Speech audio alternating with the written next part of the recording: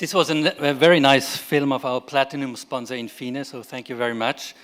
And now I would like to welcome you all, Deputy Director Barbancey, ladies and gentlemen, dear friends and members of e-MFP.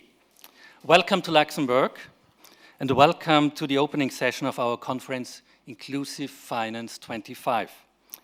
It's such a pleasure for us, after all the long preparatory work during the last month, to finally welcome you here in the Abbaye de Neumünster, and also online. 1 year ago, I took the occasion at the opening of the European Microfinance Week 2024 to announce that after nearly 2 decades, and today it's really 20 years that the first European Microfinance Week happened, we at e-MFP were considering changing the name of our event, with the aim of addressing a broader audience, keeping the legacy of EMW, but with a fresh and clear new identity. After careful reflection, we chose Inclusive Finance 25 and the tagline Ideas, Connections, Impact. It's no longer just about microfinance, it's about inclusive finance for everyone, everywhere. With IF25, we invite all stakeholders in the financial inclusion ecosystem to join in shaping a more inclusive future. A lot has changed since our last gathering last year. Around the world, political and economic shifts have created real challenges for the inclusive finance sector.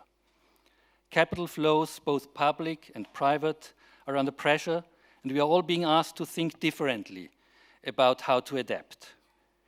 We may not yet know the full impact, but we can already see it in the communities and markets we serve. There's certainly no quick fix, but what is sure is that adaptation is essential. That's why this conference feels more important than ever. With our new name, Inclusive Finance 25, our new tagline, Ideas, Connections, Impact, we are setting the tone for what comes next.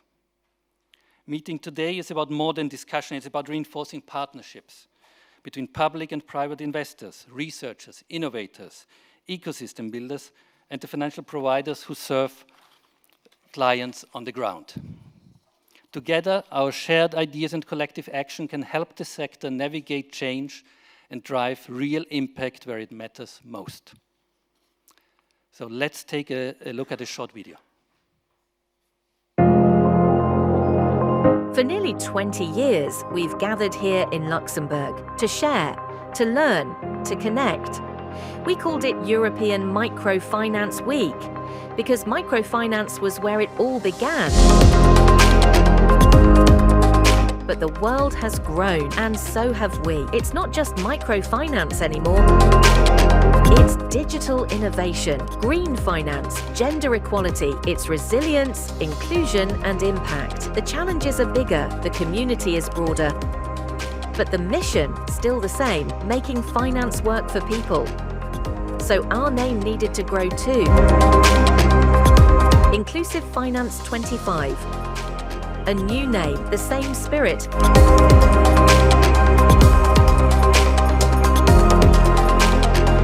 A wider world of inclusion. Welcome to the next chapter of our shared journey. So this is IF25, and it's a real pleasure to see so many of you here, both in Luxembourg and online. This year we have an incredible 692 registered participants from 68 countries, 344 in person and 348 online. So I think that's an extraordinary testament to the strength and reach of our community. And I want to give a special shout out to our many partners and networks across the Global South who have made it possible for even more voices to be part of this conversation. Thank you to Red Camif, to the main network, to our member, the Nigerian Microfinance Platform, and to the networks from Ghana, Ethiopia, Namibia, Somalia, Uganda, Jordan, Bangladesh, Cambodia, Laos, Sri Lanka, and the Philippines. And I mentioned the Philippines because Mr. Jimenez, the chairman, is here with us, and Alan Sika is here with us, the executive director. And it's always such a fantastic partnership with them. They are here in person, they have a strong delegation here, they have a strong delegation online, they have panelists here, so thank you very much for this great cooperation. And thank you to all other networks, of course, because the participation of your members ensures that inclusive finance truly lives up to its name, to be global, diverse, and connected.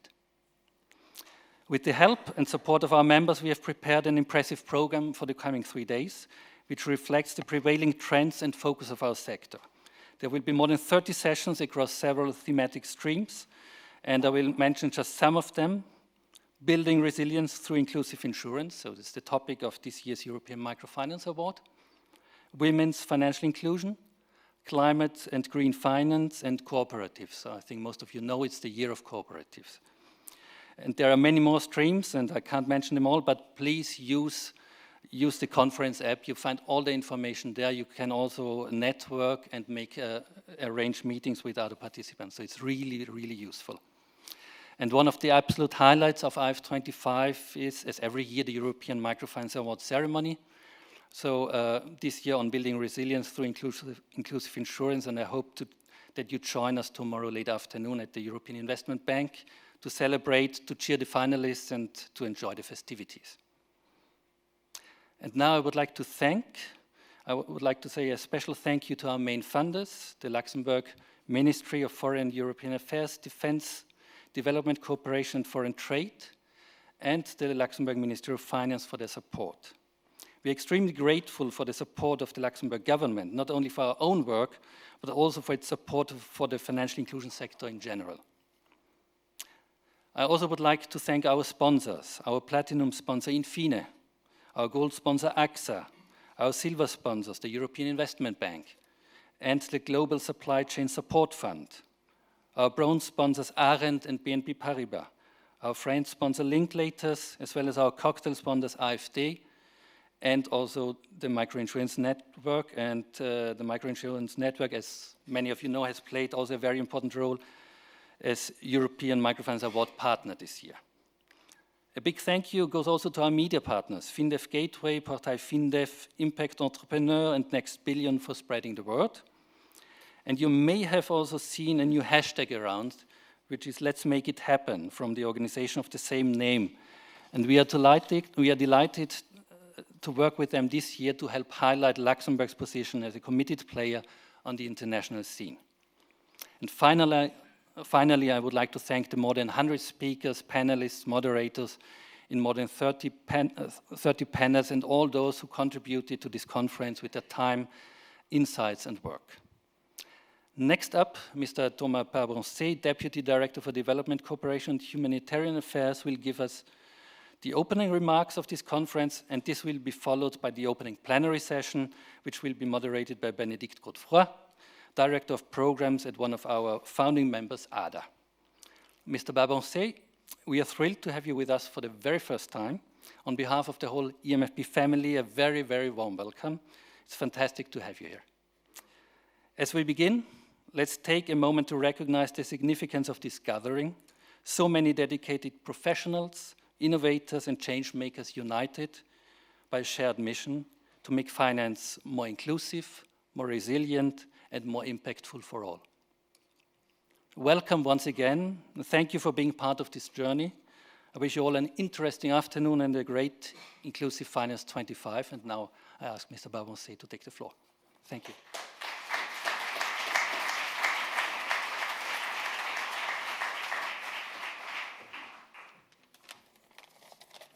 Thank you very much, dear Christoph, dear friends of Inclusive Finance, ladies and gentlemen. Good afternoon, schöne gute Mittag, as we say here in Luxembourg. It is my great pleasure today to welcome you on behalf of the government of Luxembourg to launch this Inclusive Finance 2025. This gathering stands as a proof that the inclusive finance community is not standing still. It is evolving, adapting, and rising to the moment.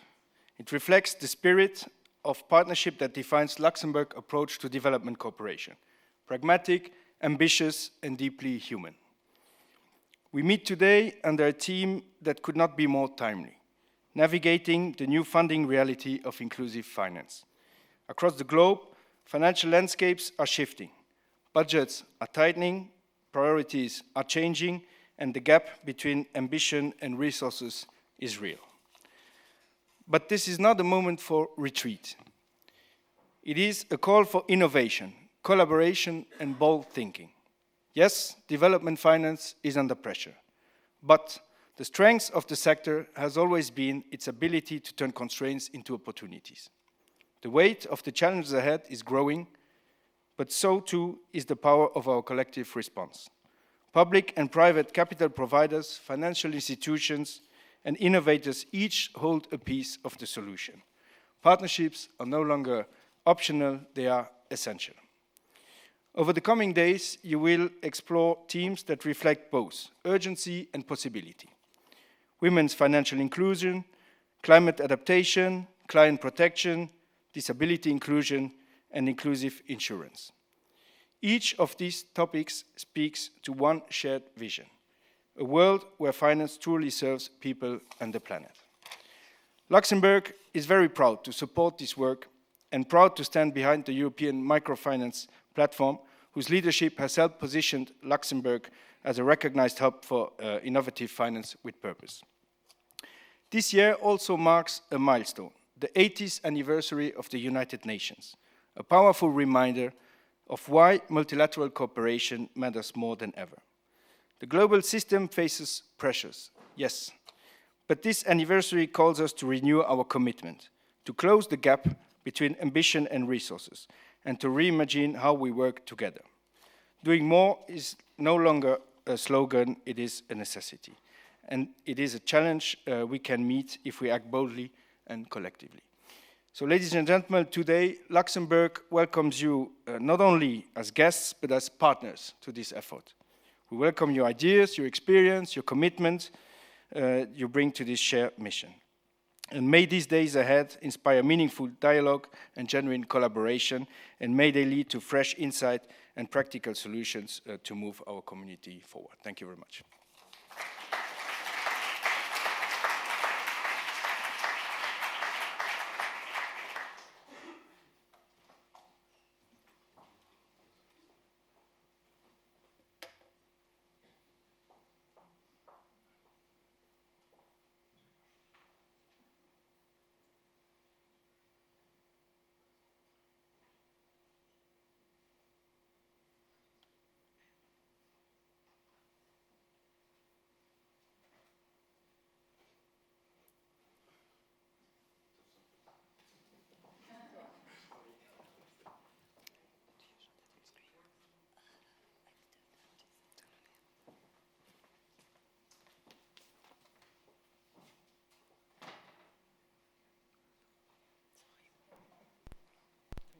Thank you. Thank you. Thank you, Thomas, for your inspiring opening words, and Christoph too. So good morning, everyone, and welcome to this opening plenary of Inclusive Finance 25. It's great to see so many of you here to kick off what promises to be an exciting couple of days. Our session today is about navigating the new funding reality of inclusive finance. As Christoph, you said, the world around us is shifting very fast, geopolitically, economically, and that's already changing how funding flows into our sector. So today, we want to take a clear look at where we stand, what is changing, and most importantly, how can we adapt? We will explore both public and private funding trends, new investment instruments, and how different players, from donors to investors to financial institutions to service provider, we can respond and work together. So this session will be divided in two parts. We'll start with two short data presentations from Tameo Impact Fund Solutions and from Grameen Crédit Agricole Foundation to set the scene with some fresh data and some fresh insights. Then we will dive into a high-level panel, a panel to discuss and to unpack what these trends mean for the future of inclusive finance. So, let's get started. It's my pleasure to welcome our first speaker, Ram Narayanan. Ram, you head of product and services at Tameo Impact Fund Solution, and you will walk us through the key findings from Tameo's latest private asset impact fund report. Ram, please, you can take the floor.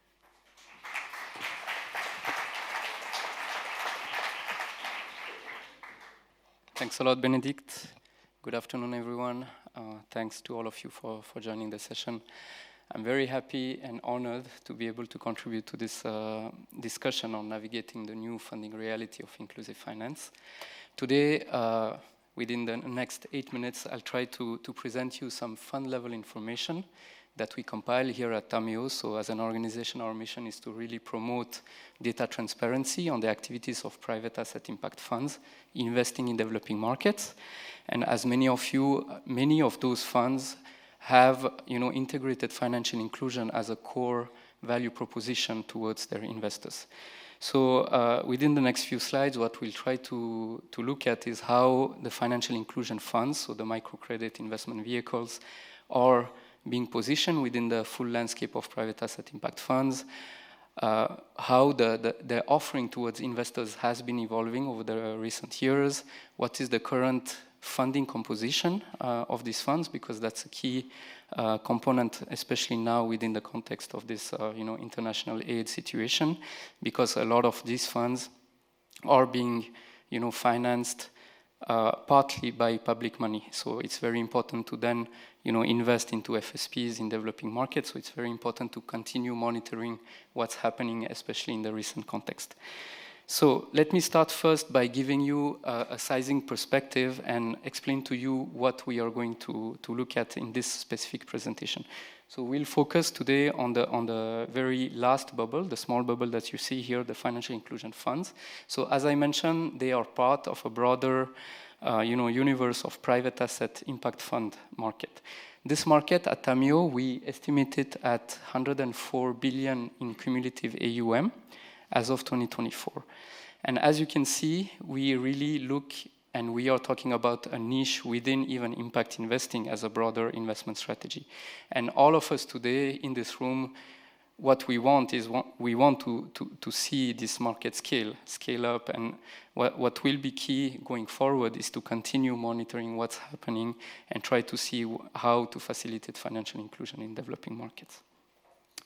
So now I'll start to position a bit, these microfinance investment vehicles. So traditionally, and as the movie showed, there's a lot of changes that have happened, but at Tameo, we kind of try to map each private asset impact fund by the primary sector of focus of their investment. So within the microfinance line here, you'll see the market share of microfinance investment vehicles, so those that we can consider kind of pure play financial inclusion fund strategies. And as you can see, as of 2024, out of the 104 billion USD in cumulative AUM, the microfinance funds, financial inclusion funds, they represent approximately 22%, and they cumulatively size at $23 billion US. But what we've seen over the last decade and 20 years is that, these MIVs have also other types of sectorial strategies have emerged in the market that have embedded kind of financial inclusion as a transversal topic within their investment strategy. That's the case notably of climate and energy funds, food and agriculture funds, and multi-sector funds. And overall, as you can see, the climate and renewable energy funds, day-to-day, compose the majority of the market at approximately 1/3, at 30% of total AUM. And that's followed by multi-sector funds at the bottom line here, 25%. So those multi-sector funds are those funds that integrate multiple SDGs in their offering to investors. And in the jargon, some of you, might call them as a generalist impact fund, but those are the multi-thematics ones that we map at Tameo. So what has happened over the years? So this slide gives you an overview of the number of funds being created every year and split by different thematic strategies. So you can see microfinance funds, multi-thematic funds, climate and energy funds, and then all other sectors combined. As you can see, in the early 2005 to 2012, the majority of the newly created funds, impact funds in the market, have been primarily financial inclusion fund strategies. And nowadays, fast forward to 2023, 2024, it's been more on the climate and renewable energy side, as well as the generalist impact funds. And that tells us that financial inclusion is not something that disappeared. In contrary, it's been kind of transversely integrated within those strategies as well.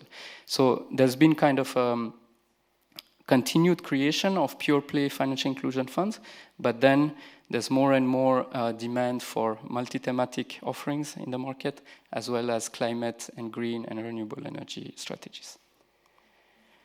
What it tells us as well is when we look at the portfolio composition of those funds split by different sectors, you can see the microfinance line here. You can see the majority of the portfolio companies are still financial institutions, so financial service providers. Those can be MFIs, inclusive fintechs, larger banks. Within the microfinance funds, they are composed of 96%, of course, naturally. But then you can see in other sectors, they are also predominant. Except for food and agriculture, for example, where it's more direct investments into agri-SMEs. But a lot of these other thematics still fly through, like the investments flow through financial institutions, which tells us, and we have also the data to back that, when we look at the sectorial investments, even within those different funds, we see a lot of microfinance, microcredit investments within those strategies as well. So when we look at the investor composition now, recently what we've seen, and on the left you have the historical data split by private institutional investors, retail and high net worth individuals, and then public funders at the bottom. And on the right you have within the whole set of private asset impact funds. In both cases, what we've seen recently is a slight uptick of public funding going into those funds, so as part of the financing the capital structure of those funds. It's also due to many factors, like there's been, the recovery from the COVID, there's been like a need for, more affordable, capital for those GPs as well as the FSPs at the end of the value chain. And what will be interesting, and we are compiling now the data for 2024, and we'll have our market sizing coming up for 2025, there is obviously the risk now that this line that we are showing will flatten or even decrease. So it will be interesting to see the line, how the MDBs and DFIs complement that, because within public funding, there is also the international aid component coming into those funds as well. So we've seen a lot of support from those, public funders in recent years, and we will see how that continues going forward. And my last slide on blended finance, so just as a, kind of a link to the following discussions as well. When we talk about, public money within private asset impact funds, we have to look at the blended finance fund market. And within the database that we have today, we know that approximately 25% of funds, so we have 800 funds total in the market, approximately 25% of those are structured as pure blended finance funds, meaning de-risking mechanisms to invest and to mobilize more local and international private capital for impact. And on the left, you can see the positioning of those funds, and you can see that the majority of those funds invest primarily, so the blended finance funds invest primarily in Sub-Saharan Africa, followed by multi-regional focus, and then LATAM and Caribbean. And this is very different when you look at non-blended finance, pure impact fund strategies, which are a bit different, the spread.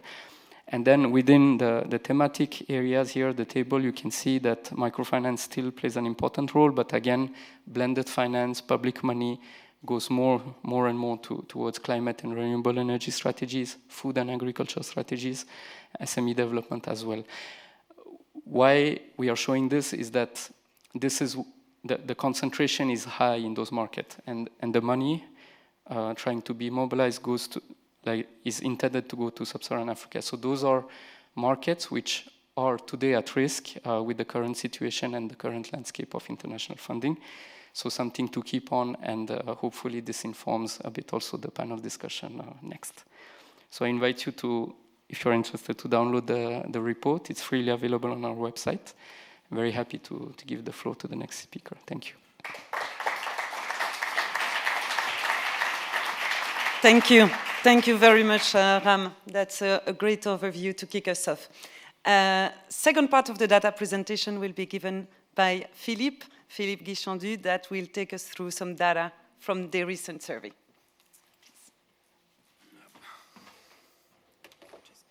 Okay, you all took you did it perfectly, because you will have to do it with my report as well. So thank you. I'm very happy. Thanks a lot, Benedict, for giving us the floor, and thanks all of you to be here. And I'm extremely happy to share with you, because it's exclusively for you that we are releasing this report today. It's on our website. The board of the Foundation Grameen Crédit Agricole was extremely worried when they heard about all what we heard also about USAID cut and so on. So they requested us to do some analysis about what was the impact at the level of our partner. And also we know, and we have been discussing about all this trend that is coming up in the sector, so we believe it was really necessary to try to understand what was the impact at the level of the partners, but also at the level of the clients.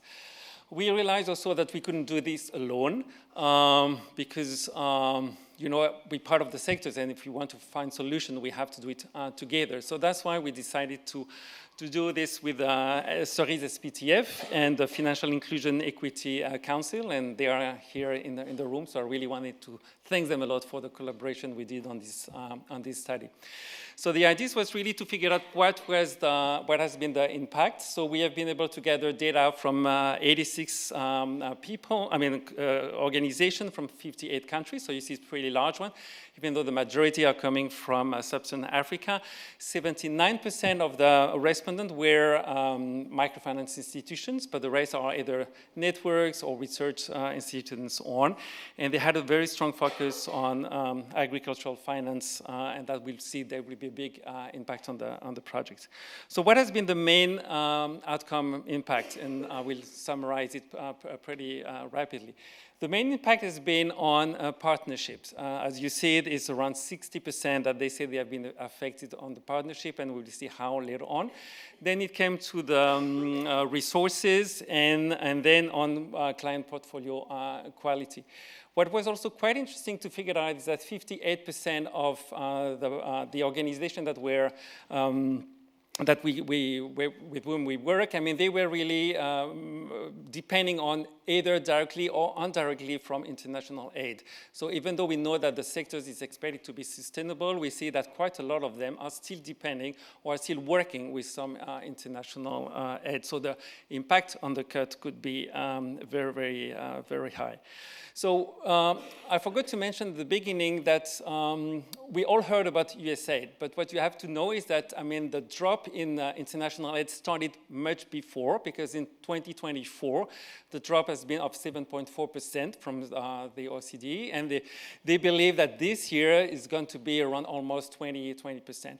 And I definitely, because I'm here in Luxembourg, and I definitely want to thank the Ministry of the Luxembourg, because they have been the one, among the very few ones that decided not to reduce their aid, and they're keeping at 1% level of their contribution. So I think we can really clap them, because I think it's a very big achievement, and I think it's a good way to show to the rest of the world that it's still possible and that it still makes a lot of sense. So what has been more precisely the impact on partnership is what is quite worrying for us, because, and you will see in the study, we made a comparison with what has been, every year e-MFP is releasing the Compass, and last year they were doing this, they did it of course, and you see that the impact will be on the project that we're expecting to be the one that should be the priority in the coming years. So that's project related to climate adaptation and mitigation, to client resilience, to women, to innovation on new product and digital. So most of them, what happened is that the program that were supported by either DFIs or international aid were cut, and we have some clear testimony that this program really has to be stopped, and that the organization have to find other ways. The impact on portfolio quality is not really, it's quite difficult at this stage to link it up directly to the cut of international aid. We believe it's more related to the geopolitical context, but we believe that as the impact at the level of the clients will be there might be in the future a direct impact on the portfolio quality, with people having more difficulties to reimburse the loan. Size matters. It's clearly that smaller MFIs, tier 3, are much more affected. Tier 2 Tier 1 were not that much affected at this level, as far as we know. Fragile countries also are particularly affected, and what we've noticed also, there's vulnerable clients, and especially the one working in rural areas, because they will have more difficulty to get access to agricultural financing, and because of all the inflation will be strongly impacted. But let's be positive. What was quite interesting is to realize that a large majority of the people, of the organizations say that, they are still confident to be resilient and to have the capacity to adapt to this situation. It's not something new. They've been working in places where they've been already managing a lot of shocks. COVID is not the only one. And so I'm thinking about the partners we have in DRC. They have Ebola, they have everything. So I think it's clearly, we believe that the sector has still this capacity of adaptation, of innovation, which is very, very positive. But at the same time, we also see that, the one that where 22% of them disagree with this assumption that they will be able to be resilient are mainly the ones from sub-Saharan Africa. And then also international network that saw suddenly a big drop in their support. Then we wanted to see what has been the changes. Are they really starting to think about what they will adapt for the sectors? And also was quite positive to see that we already can notice a change in their strategy, in their mindset, and they want to refocus on portfolio quality, on funding new alliance, and to work also quite a lot on client protection. But what is a little bit scaring is that, somehow they make a lot of belief that, the solution will be with the impact investors, and that's what has been described, and then how the impact investor will really go into this sector that somehow will be perceived a little bit more riskier. And that's where, we have a big challenge here on how, what are between the expectations and what will happen in the futures. And we do have a responsibility, I believe, as impact investors at that level. But also what was quite interesting is the local aid of the private sectors that seemed to be one of the solutions to do more and to not depend so much at the international level, but to go back more about what could be done at the local level. So for that, and I didn't put all the data we have in the studies, but we wanted to column with a call to actions, because it's fine to hear what the people are telling us, but okay, what next? What do we do? And so we believe that there's at least 5 main actions to be taken. The first one is that, of course, to have a better understanding about what could be done locally in terms of alliance and how we could increase, philanthropy, local philanthropy, or local investors to be more involved in the sectors, to be more aware about how it works and how we do it.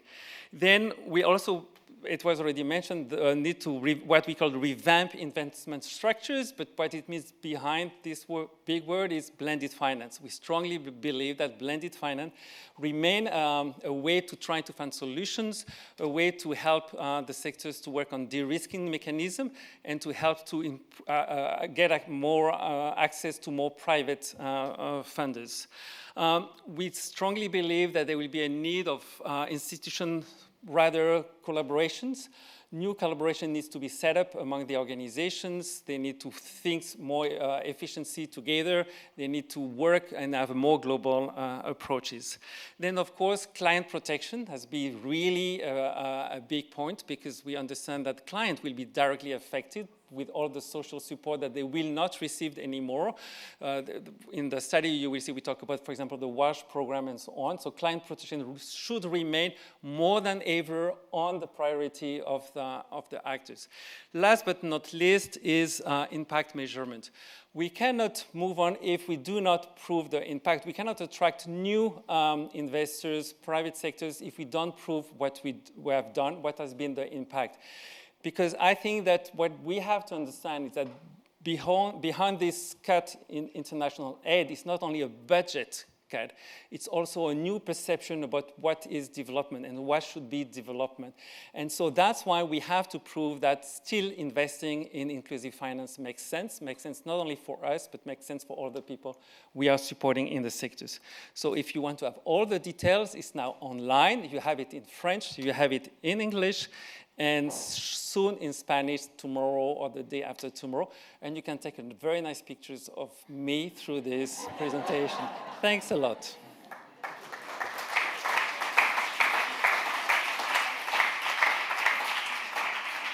Thank you very much, Philippe, and thank you, Ram, for setting the stage with those valuable insights. So we've seen the numbers, we've heard the trends, now it's time to make sense of it all and to answer the question, how is this new funding reality reshaping the future of inclusive finance? To discuss the question, I'm delighted to welcome our distinguished guest on the panel. We have one panelist who is online. I will ask the technical team to show the only panelist we have online, but by the time we do that, I'm going to call Claudia McKay. Thank you, Claudia, for being with us. Claudia, you lead the global portfolio at the CGAP on inclusive finance for climate and resilience. Thank you. I see that we have Paz online. Hello, Paz. I hope that you can hear us well. Thank you for joining us from Brussels. Paz, you are senior official at the European Commission. You lead the team in charge of trade, investment climate, entrepreneurships and value chain within the Directorate General for International Partnerships. Thank you for being here. I'm also very happy to welcome Carmen Correa. Carmen Correa is the CEO of ProMujer, striving organization, financial institution, creating opportunities for women across Latin America. And last but not least, we have Alejandro Vasquez. Welcome, Alejandro. You risk and valuation manager at CAMCO, but today you representing the Infine de-risking working group. Thank you for being here.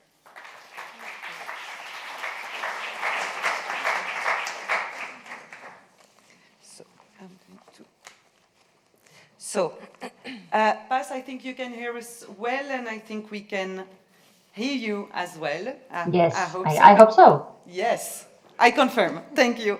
So, Paz, we're going to start with the data that we've seen on the funding landscape shifting. We've seen that there was expected and already showing some growth of public funding.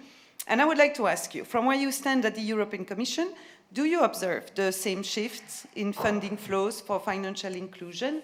And in particular, do you also observe that growth of public funding? Well, let me first start by saying that, sorry, I think there may be a technical problem because I can't hear myself. We deal with this. We can hear you. You can hear me, okay. I hear also myself, but I guess we will deal with this. Anyway, so let me come back to my intervention and let me start by thanking you for the invitation and apologizing because I cannot be there in present with you. And I want, then the second point that I want to start with is the commitment of the European Union to support poverty eradication across the world. So in that sense, we are fully committed in supporting, in working with different, now it's perfect. Thank you. I don't know what you did, but now I cannot hear myself. Thank you. So coming back to the presentation and the intervention. So our commitment to support implementation, the achievement of the Agenda 2030 and of course the SDGs. We are fully committed on that. But of course, we also see that the current international scenario is changing. We see increasing the needs from partner countries to achieve inclusive and sustainable economic development, while at the same time, unfortunately, we see a reduction of official development aid, and we see an increasing fragmentation of public concessional funding. We need to act together upon this. We need to join forces and work together to address these challenges. But as already confirmed by the SDGs in 2015, only public sector cannot address this investment gap that we see to support the inclusive economic development of partner countries. We really need to bring more and more private sector, so blend with private sector financiers to ensure that aligning forces, we are supporting this increasing availability of resources for those most in need. In the European Union, we are fully committed to this, and that is why in 2021 we launched our European Union strategy for Global Gateway. This is our partnership offer to support partner countries to increase their resilience in a sustainable manner, while at the same time we are also strengthening partnerships that are important for Europe's strategic autonomy.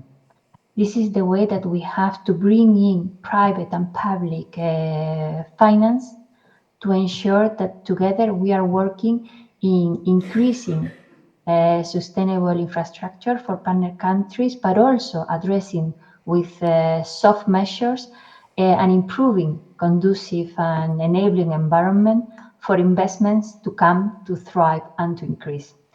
Our global gateway is focused on 5 main areas that are digital, climate and challenge, and energy, health, transport, and education. And we aim finally to ensure transformative and inclusive changes in partner countries. So working together with the private sector, blending our public and private resources to work on that. One of the elements that we are also bringing on board for the implementation of the Global Gateway is the European Fund for Sustainable Development, where with different tools such as guarantees, blending mechanism, loans, grants, we are supporting private investments in partner countries to ensure that this global gateway purpose of increasing the resilience in partner countries and improving infrastructure and conducive environment is achieved. And I have to add also that we are doing this in a pure Team Europe spirit. So it's not only the European Union, so basically the European Commission doing this. We are doing this along with our 27 member states. And we are also bringing in our discussion the EU private sector to ensure that we are working together, aligning resources and mobilizing all the support that we can to achieve these results. Thank you. Thank you very much, Paz, for this perspective and the explanation on the Global Gateway and this perspective from the European Commission. So we've seen also in the data that there is a shift in the composition of investors and that there is a new mix of investors and stakeholders coming in. Claudia, maybe I can ask you the question. At your level, which changes can you observe in the composition of those new investors?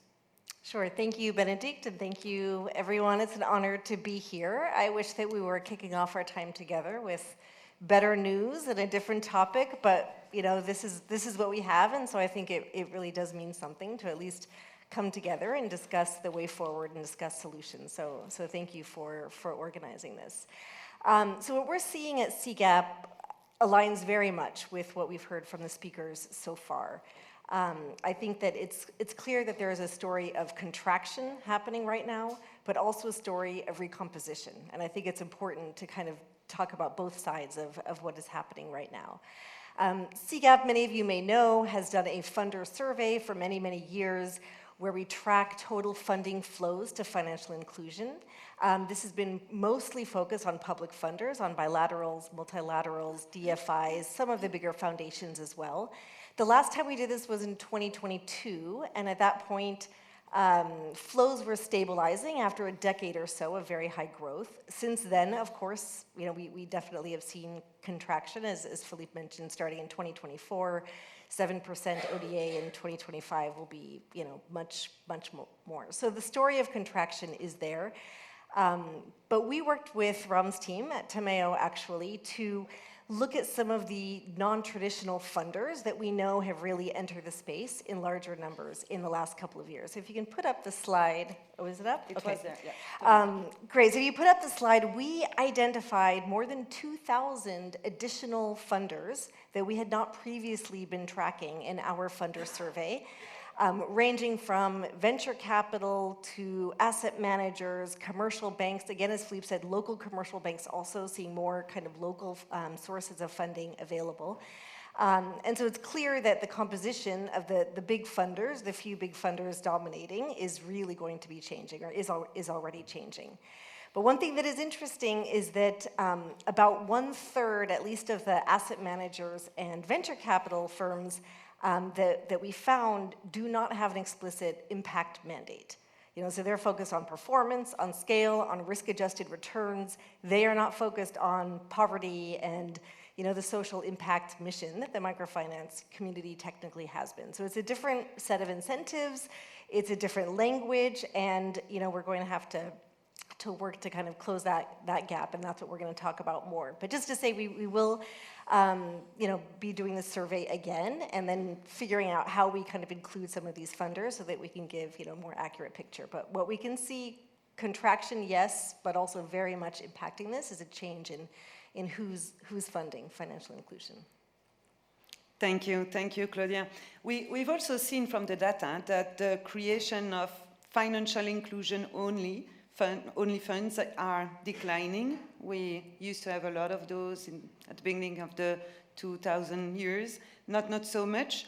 And we see that there is an increase of the creation of funds that combine financial inclusion with other teams. And so I'm going to start with you, Path, and then go to you, Claudia. From your perspective, is financial inclusion still considered a relevant topic per se on its own when it comes to attracting funding? Path, I will give you the floor. Yeah. Thank you. So yes, it's considered a very relevant topic, but it needs to be also really embedded into the other relevant topics that we are addressing. We cannot work exclusively on financial inclusion if we want to maximize the impact that we are reaching, if we want to really make the best use of the resources that we have. And as I mentioned just a couple of minutes ago, ODA is decreasing. So we really need to ensure that this is bringing and mobilizing as much the resources that are available. And for that, financial resources should be considered within the context of the support that we are putting in place for MSME strengthening and development, for women economic empowerment, for climate and energy, health, education, climate resilience, peace, green transition. So we should really look at financial inclusion from all the different perspectives and optics to ensure that with this broader reference, we are reaching and maximizing the objective that we have.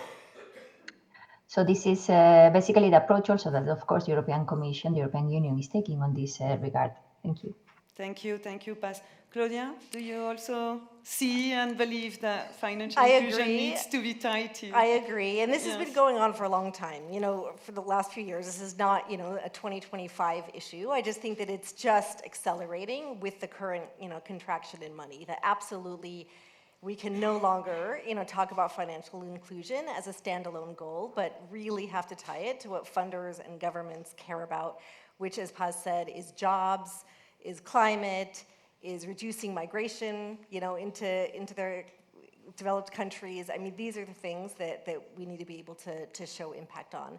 And I'll give one example. At CGAP, we've worked really hard over the last couple of years to really figure out what does it mean to really tie in to new types of funders and kind of link financial inclusion to development priorities. So the one that I've been personally involved in is climate. And there's $1.5 trillion per year dispersed or committed for climate. And that completely blows all the financial inclusion funding out of the water times, I don't know how many times. But they actually have a big problem. And that is that with all the money they have, they do not know how to reach the people who need it most with adaptation finance. Much less than 1% of that money is going to local communities for adaptation. And they know that, and they know that's a problem, and they don't know how to solve it. It is really expensive and really difficult to bring money to these, local communities and figure out, how to spend it and what, adaptation finance means. And so at CGAP, we know that along with, many others in this room and around the world over the past decades, there's this amazing financial inclusion industry with millions of agents, bank branches, mobile money networks that has kind of figured this out and that has cracked not 100%, but largely distribution, including, in rural areas and remote areas. So what we've done is really try to translate to the climate funders, look, you have this problem, here is a solution that can help you achieve what you need to achieve. So we are trying to change the narrative, so it's not about our agenda and coming and trying to sell them on financial inclusion. They don't care. You know, it's about, this is what you need, this is your problem, and here's how financial inclusion can help you solve your problem. So this is something that is complicated. It requires understanding new audiences. It requires understanding what their challenges are and then how financial inclusion can kind of fit with what they need. So it's not easy, but there is so much more money available when you're able to do that. So we're still figuring that out, but I think that's one of the challenges that we have now. Yeah. And opportunities. Yes. Yes, sure. Thank you, Claudia. I think it would be nice to have a reality check from the field, and that's what I'm going to ask to Carmen. Carmen, how do these trends resonate with what you see on the ground? Well, basically in Latin America, what we have seen is a strongest trend of new innovative financial instruments. Basically, gender bonds, you can see also social bonds that are attracting basically more inclusive impact investors. At ProMujer, we became the first non-traditional Latin American issuer of a gender bond in Argentina. This was in year 2023. And basically what we did is we worked for 1 year with the local regulator, the Argentine regulator, to basically access the capital market. What we did, we democratized access to the local capital market, so today other social enterprises can access the local market, and that is very important because they can access the local currency, basically to be funded in local currency. Our 2 gender bonds, they were issued $2 million. It was not so much in funding, but the most important is that we proved that investors are ready to support products that combine basically measurable social impact and competitive returns. Beyond bonds, we are seeing increased interest in blended finance, impact-linked loans, and result-based structures. However, and there is always a but or a however, and maybe I'm a little controversial with this, in reality, limited capital flows through these instruments, and the main challenge remains there. Basically, too much capital still seeks low risk and high compliance. And the problem is that it's not looking for that high real impact that we need to look for. So the field is evolving, there is no doubt about that, from a world dominated by development finance institutions to traditional, and basically also traditional donors to also, I see what's stated before. We have corporates, we have fintechs, we have also family offices entering this field. But the problem is that while we welcome these new players, we also see fragmentation. Many investors don't yet understand the field and the local realities and the local needs, and that is a challenge because they don't get to know what is the real need on the ground. So at ProMujer, we have 35 years of experience working to advance gender equality in Latin America, supporting women entrepreneurs. We have deployed $4.4 billion in Latin America, but we still find ourselves explaining why local and web organizations are the best vehicles for impact investors to basically be more on the ground and have an inclusive growth.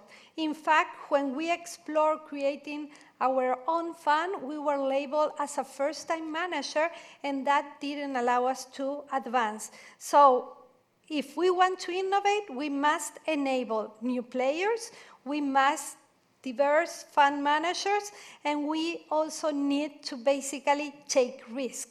We need to be able to take risk. We need to be open to take risk. If we don't do that, we won't be able to deploy the needed funds out there. Thank you, Carmen. Thank you for this perspective from the field. We've seen it in Grameen's call to action about the need to stay on demonstrating our impact, and now that financial inclusion is bundled with other topics, I would like to touch base a little bit on this impact measurement. In your view, and I'll start with you, Claudia, can the financial inclusion industry today adequately explain and prove its impact on SDGs, resilience, and sustainability?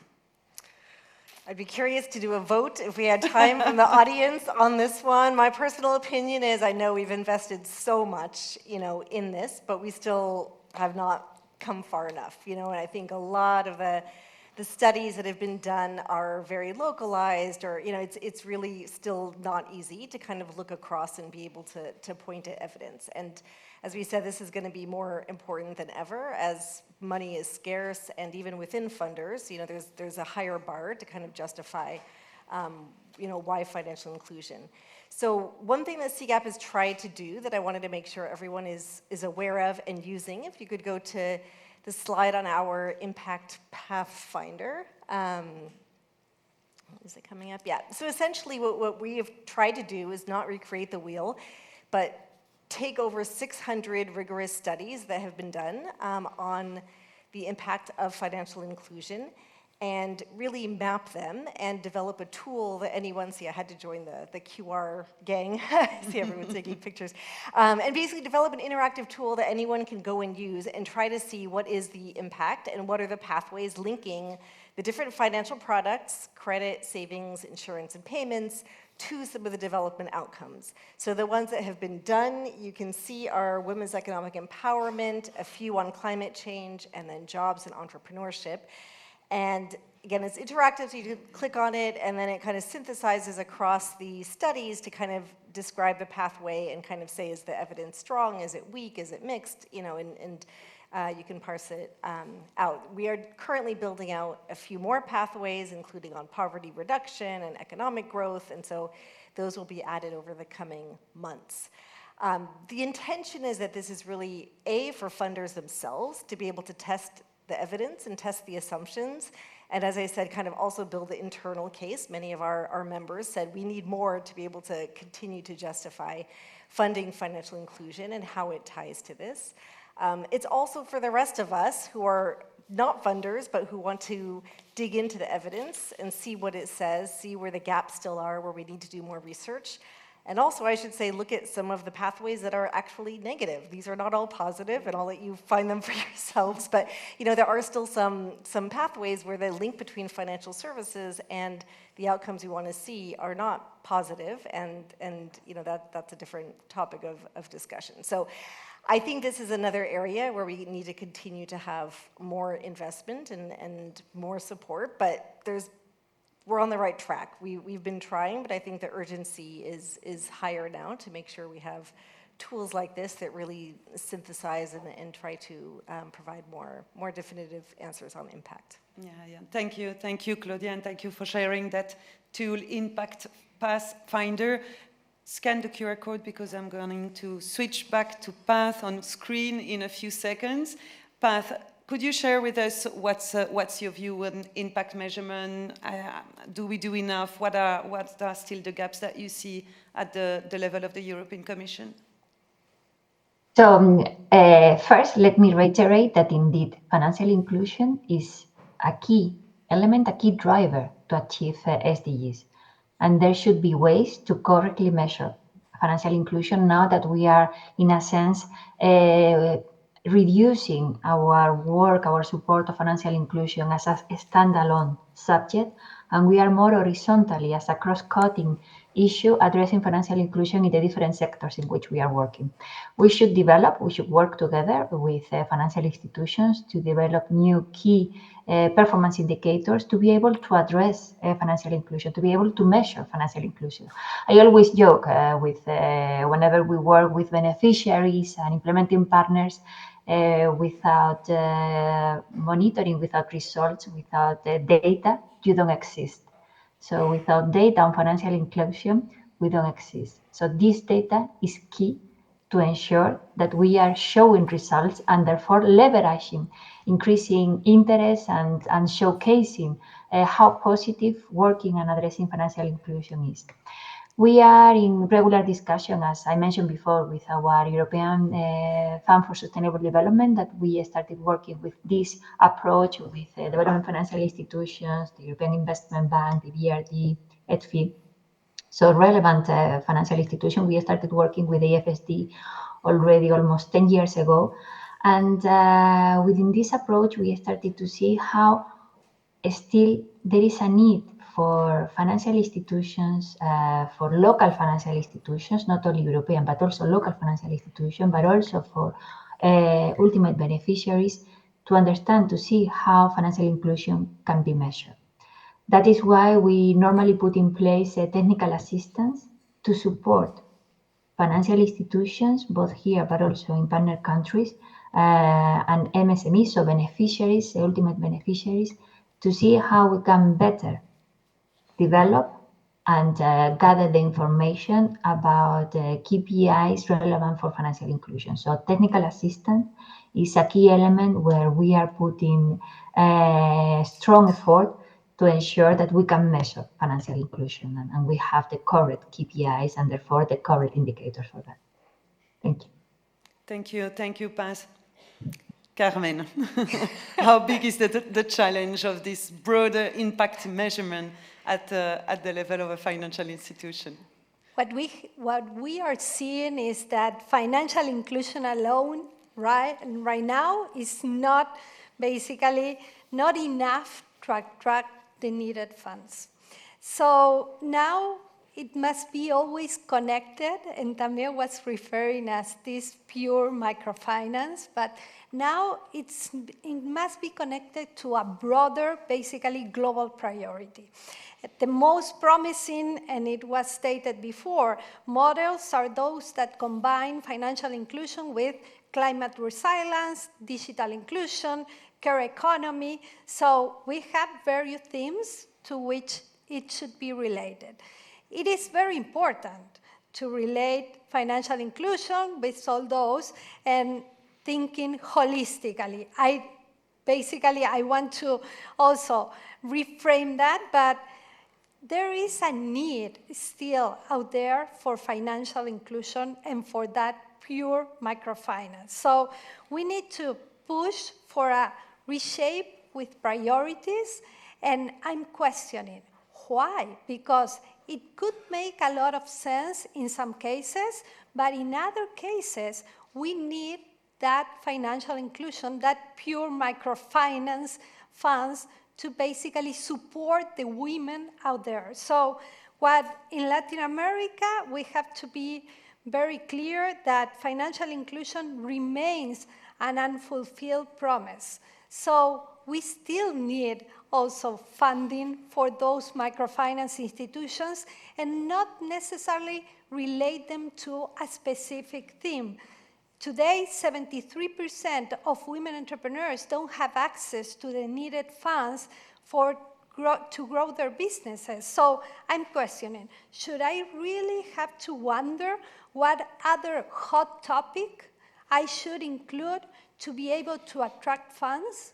And that is something that we should question ourselves about it, because otherwise we are not funding the real needs we have on the ground. Yeah, and could we say also that maybe there is a risk to see some region or some population being underfunded with that new trend of combining financial inclusion with other topics? Basically, in some cases, as I stated, in some cases it's very much needed, it makes sense, but it not should always be that way. Sometimes you don't need, sometimes I'm feeling I'm pushing for something that it doesn't have a sense at the local level, or it's not so very much needed at the local level, but the investors are requesting for those because it's a hot topic or it's something that could be very attractive today. So we need to basically get to understand what is the real need out there and not push for something that it could not be necessary. Yes, definitely. Can I come in on that? I mean, we're Of jumping the course. question a little, but I think it fits in well, because we also tried to look at the numbers and see what we think kind of the impact could be. And the last time we did the funder survey, 1/3 of the funding was in the form of grants. And grants is really supposed to be concessional capital that you use to fill specific gaps in the market that can't be filled through the different instruments and private funders and so forth. And so we kind of see three main risks if you kind of really reduce that grant funding. And one of them is I'll get to your point, which is very important, Carmen. But the first one is really that grant funding is what does the kind of market building work, the work on regulations, on consumer protection, on data systems, on these kinds of things. This is what we really use grant funding for, and so that's a big risk that's going to decline. And a lot of countries still need that kind of foundational work. Second of all is 1/3 of that funding goes specifically to fragile countries, countries with conflict or the most vulnerable countries. And so that is really a huge area of concern where we really feel like it's going to be very disproportionate, where the blended finance and the instruments we're going to talk about later are very well suited for some markets and some places, but those that are more fragile, I think some of the countries where, especially USAID, had a big presence, we'll see 50% overall cuts, in terms of several countries in sub-Saharan Africa, but also Pakistan and other markets. And finally, it is kind of on the bread and butter financial inclusion. And the latest Findex, there's a lot of great news in there. And there's 1.3 billion people who do not have accounts. And it's going to be very difficult to reach that 1.3 billion. These are really now the women, the smallholder farmers, the micro entrepreneurs who are in the remote places and in the fragile countries. This isn't the low-hanging fruit, and now with the reduction in ODA and the reduction in grant funding, kind of who's going to fund us continuing to reach the last mile in bridging the access gap, which is still there. So in terms of the vulnerabilities, those are a few that we really see that there will be a gap as this ODA decline continues to play out. Yeah, something to pay attention to. Yes, definitely, thank you. Let's see a little bit now the promising lines of action for the future. We talked about collaboration, we talked about impact measurement. I'm going to give you the floor, Alejandro. Can you tell us a little bit, in your view, what would be some promising line for the future? Maybe, do you think we collaborate enough for the moment? Maybe I'll start with that one. Yeah, so I think important to mention is the context that we are, and thanks for putting that context as well, about contribution. We hear about how we can work together as a sector. We have here a lot about funding and a lot about opportunities, not only challenges. So from the IFINE perspective, financial inclusion remains a very reliable and important factor to actually go to the vulnerable populations and do the work. On the other side, we see that we have to put everything in context. And when we see the different geopolitical situation and risks that we look at, it's important as well from the sector to contribute and leveraging the knowledge that the sector has to bring together the risking mechanisms.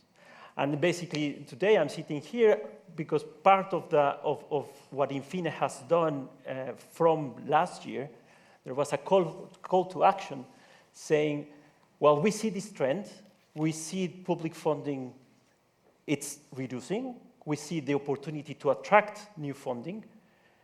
How as a sector can work to actually promote that? And one of the identifications has been done is how we can de-risk the perception, because many of the investments, or the investors, I would say, might look at, if they are not in the sector, traditional sector, might look at the opportunities, very risky opportunities, going into an emerging market, investing. So us as a sector, we think about how we can actually reduce the perceived risk And so this was a call to action last year. So INFINE, with the members, did this group based to try to develop an implementation of the risking mechanism. And today, this is what I'm representing, to show as well that the sector has the knowledge to bring some solutions. And then maybe I will list some of the solutions that we have discussed in the group and other different members have actually shared. So we have the capital loss and the blended finance. So we see actors who have explained what they do. We have GSSF funds who has this first loss mechanism, protecting mechanism that allows for a private investor to actually have a de-risking opportunity to invest in the fund. We have as well technical assistance programs that help to de-risk the investments. We have the program from SNOOP, from ADA, who has been working a lot to develop these technical assistance and help financial institutions de-risk the perception. We have as well currency hedging opportunities where we have seen that there are actors in the market that do and offer hedging contracts so you can de-risk the investments in local currencies. That it's very important for financial institutions. So there are different mechanisms that are available in the sector, and we have the opportunity now to collaborate and as well request further support from the public funding, because most of these guarantees, most of these blended finance are sourced by public funding. So and it has a multiplicator effect, because if you have this first loss capital, you allow much more funding to come into place. So I think that's more the feedback I will give in terms of the context that we see. Yeah. Thank you, Alejandro. Maybe, Paz, I will ask you what is the view of the European Commission? Are de-risking mechanisms at the heart of the global gateway? How do you see it? Yes. And I reiterate myself in the European Fund for Sustainable Development. That is the main instrument that we have put in place to the risk investments. With this, we are offering guarantees, loans, grants that are de-risking potential investment through this EFSD. Now we call it the EFSD Plus because it's the second phase. Through this EFSD Plus that we signed with European Development Financial Institution to reach out to the ultimate beneficiaries and to the private sector for big investments. So yes, we are doing that, but also this is the big frame that we have to offer the risking investment, but also at different levels, we are also supporting and addressing the reduction of risk on many investments that we are putting in place. And let me here mention, for example, the nice example of the Team Europe initiative, investing in young businesses in Africa, with which we are working with Investisseurs et Partenaires to prepare and work on national investment funds in different sub-Saharan African countries to promote leverage private sector investment, reduce with our support the risk of these funds, and support the thriving investment in the economy with this partnership. This program, we call it Awabie Invest. And it's we hope this will, it's about to be signed. So we hope this is going to be an excellent example also of different approaches that we can take in a sense, in a more reduced level. So not big guarantee frameworks with big and relevant DFIs, but in a more country-based level, how we can support the risking investment in sub-Saharan African countries in this case. Thank you, Paz. We'll definitely follow up on those initiatives. We're already reaching the end of our session. We've covered a lot, from the challenges, the current funding landscape, the shifts that we see, And before we close, I would like to end on a forward-looking note. I will ask each of you if you could share one key call to action, one message or priority you believe that we should all keep in mind as we navigate this new funding reality. What would it be? And I'll start with you, Claudia. I'm hesitating because I have two, but I'm going to do them so fast. So number one, as we've been discussing, really repositioning financial inclusion as a critical enabler of broader development goals. It's the grease that gets the wheels of development going. It's not the solution itself, but it's the grease that can make things go better. Number two, the discussion we just had, I think, is so important. We need to use concessional capital very strategically to crowd in large-scale private investment. And I think that's going to be, we have to be much more strategic with the concessional capital that is still remaining to make sure it's leveraging and it's de-risking to bring in private capital. So I think with that we can make the case that financial inclusion is still here for the next wave of funding, but it's going to look quite different. Thank you, Claudia. Yes, Alejandro. So maybe I would say that from our view, it's one of the call to action and targets is to come back, and maybe next year we will be here to present a toolkit of the risking mechanisms that we can actually share from the sector perspective, with the objective of attracting more private funding.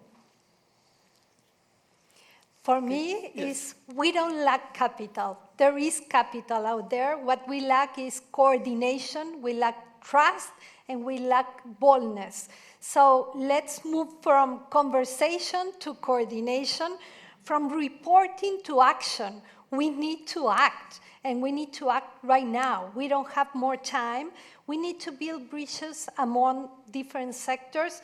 We need to craft a new narrative. Basically, financial inclusion is not social spending, and we have to be clear about that. It's a smart, future-ready investment that basically drives growth and stability.